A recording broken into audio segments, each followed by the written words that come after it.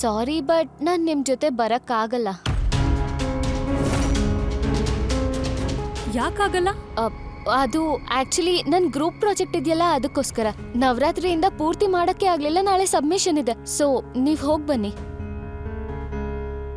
ಹೌದಾ? ಆದ್ರೆ ನಾವ್ ಎಲ್ ಹೋಗ್ತಾ ಇದೀವಿ? ಅಯ್ಯೋ ಕಾವ್ಯ, ಅದನ್ನ ನಾನ್ ನೋಡ್ಕೊಳ್ತೀನಿ, ನೀವ್ ಹೋಗಿ ಪ್ಯಾಕಿಂಗ್ ಮಾಡ್ಕೊಳ್ಳಿ ಸಾಕು. ಜಸ್ಟ್ 1 ನಿಮಿಷ ಬರ್ತೀನಿ. ಹಲೋ, ಒಂದ್ ಬುಕಿಂಗ್ ಮಾಡಿ ಎಲ್ಲರೂ ಪ್ಯಾಕಿಂಗ್ ಮಾಡೋಣ ಅಲ್ವಾ?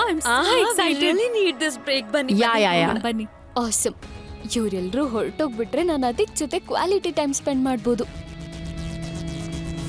ಅನುಪಮ, ಒಂದ್ ವೇಳೆ ಪಾವನಿ ಬರಲ್ಲ ಅಂದ್ರೆ ನಾನು ಬರೋದಿಲ್ಲ.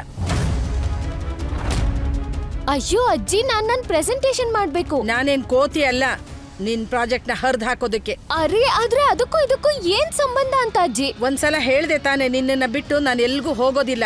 ಎಲ್ಲಿ ನೀನು ಅಲ್ಲೇ ನಾನು. ಈ ಮನೇಲಿ ಪರ್ಸನಲ್ ಲೈಫ್ ಅನ್ನೋದಕ್ಕೆ ಬೆಲೆನೇ ಇಲ್ಲ. ನಮ್ಮಲ್ಲಿ ನೀನೇನು ಹೇಳ್ದಿಯಲ್ಲ ಈ ಪರ್ಸನಲ್ ಲೈಫ್ ಅಂತ, ಹಾಗೇನು ಇರೋದಿಲ್ಲ. ಈ ಅಜ್ಜಿ ಅಮ್ಮಮ್ಮ ಇವರೆಲ್ಲ ನಿನ್ನೆ ಈ ಪರ್ಸನಲ್ ಲೈಫ್ ಅಲ್ಲಿ ಉಪ್ಪಿನಕಾಯಿ ಹಾಕೋದಕ್ಕೆ ಇರೋದು.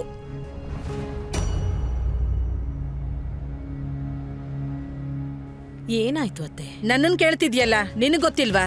ನಿನ್ ಮಗಳು ಲಕ್ಷಣಗಳು ಕಾಣ್ತಿಲ್ವಾ? ನೀನು ಅರಮನೇಲಿ ಇರ್ತೀಯ, ಇವಳು ನನ್ ತಲೆ ಮೇಲೆ. ಒಬ್ರಾದ್ರೂ ಇವಳ ಮೇಲೆ ಕಣ್ಣಿಟ್ಟಿರ್ಬೇಕು. ಅತ್ತೆ, ಯಾವ ವಯಸ್ಸಿನ ಮೂಲಕ ಇವಳು ಹಾದ್ ಹೋಗ್ತಿದ್ದಾಳೋ ಆ ವಯಸ್ಸಲ್ಲಿ ಬಾಗ್ಲಿಗೆ ಹೆಚ್ಚು ಬೀಗ ಹಾಕ್ದಷ್ಟು ಅದನ್ನ ಮುರಿಯೋ ಆಲೋಚನೆ ಅಷ್ಟೇ ಹೆಚ್ಚಾಗಿರುತ್ತೆ.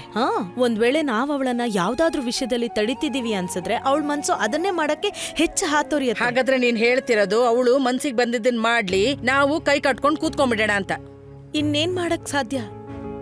ಅವಳಿಗೆ ಕೇವಲ ತಿಳಿ ಹೇಳ್ಬೋದು, ಸರಿಯಾದ ದಾರಿ ತೋರಿಸ್ಬೋದು. ಅವಳು ತಾನೇ ಆ ದಾರಿಲಿ ನಡಿಬೇಕಾಗಿರೋದು. ಅವಳ ಕೈ ಹಿಡ್ಕೊಂಡು ಆ ದಾರಿಲಿ ಎಳ್ಕೊಂಡು ಹೋಗೋ ಅಂತ ವಯಸ್ಸು ಅವಳದಲ್ಲ, ಖಂಡಿತ ಅಲ್ಲ. ಅಲ್ದೆ ನೀವು ಅವಳ ಮೇಲೆ ಹೇಗ್ ಕಣ್ಣಿಡ್ತೀರಾ ಹೇಳಿ ನನ್ಗೆ? ಅವಳು ಕಾಲೇಜ್ಗೆ ಹೋಗಿ ಫ್ರೆಂಡ್ಸನ್ನ ಮೀಟ್ ಮಾಡಿದ್ರೆ ನೀವು ಅವಳ ಜೊತೆ ಕಾಲೇಜ್ಗೆ ಹೋಗ್ತೀರಾ? ಅಥವಾ ಮನೇಲೆ ಕೂರ್ಸ್ಕೊಂಡಿರಕ್ಕಾಗತ್ತಾ? ಇನ್ನೇನು? ಅತ್ತೆ, ಗೃಹಿಣಿಯರ ಜೀವನದಲ್ಲಿ ಮೊದಲೇ ಸಾಕಷ್ಟು ಚಿಂತೆ ಇರುತ್ತೆ. ದಿನ, ಕುಟುಂಬ, ಸಂಸಾರ ಅಂತ ಬೇಕಾದಷ್ಟಿರುತ್ತೆ. ಈಗ ಒಂದು ಅವಕಾಶ ಸಿಗ್ತಾ ಇದೆ, ಒಂದ್ ಬ್ರೇಕ್ ತಗೊಳ್ಳೋಣ. ಅಲ್ದೆ ಸ್ವೀಟಿ ಬಗ್ಗೆ ಚಿಂತೆ ಮಾಡಕ್ಕೆ ಇಲ್ಲಿ ಬೇರೆಯವ್ರು ಇದಾರೆ ತಾನೆ. ಅವಳ ತಂದೆ ಇದಾರೆ, ತಾತ ಇದಾರೆ, ಅಣ್ಣ ಸಮರ್ಥ್ ಇದಾನೆ, ಮಾವ ಇದಾರೆ. ಹಾಗಾಗಿ ಹಾಕಿ ಗಂಡಸ್ರ ಮೇಲೂ ಚಿಂತೆ ಹೊರೆ ಹಾಕಿ ಅವರು ನೋಡ್ಕೊಳ್ಳಿ. ಮನೆ ಸಂಸಾರ ಹೇಗ್ ನಡೆಯುತ್ತೋ ಗೊತ್ತಾಗುತ್ತೆ. ಇವ್ರಿಗೂ ಗೊತ್ತಾಗ್ಲಿ ಬಿಡು, ಲಲಿತಾ ಎಷ್ಟ್ ಕೆಲ್ಸ ಮಾಡ್ತಾಳೆ ಅಂತ. ಹೌದು ಅತ್ತೆ, ನೀವು ಬರ್ತೀರಾ ತಾನೆ? ಹಾ ಸರಿ, ನೀನು ಇಷ್ಟು ಕೈ ಮುಗೀತಿದ್ಯಾ ಅಂದ್ಮೇಲೆ ಬರ್ತೀನಿ.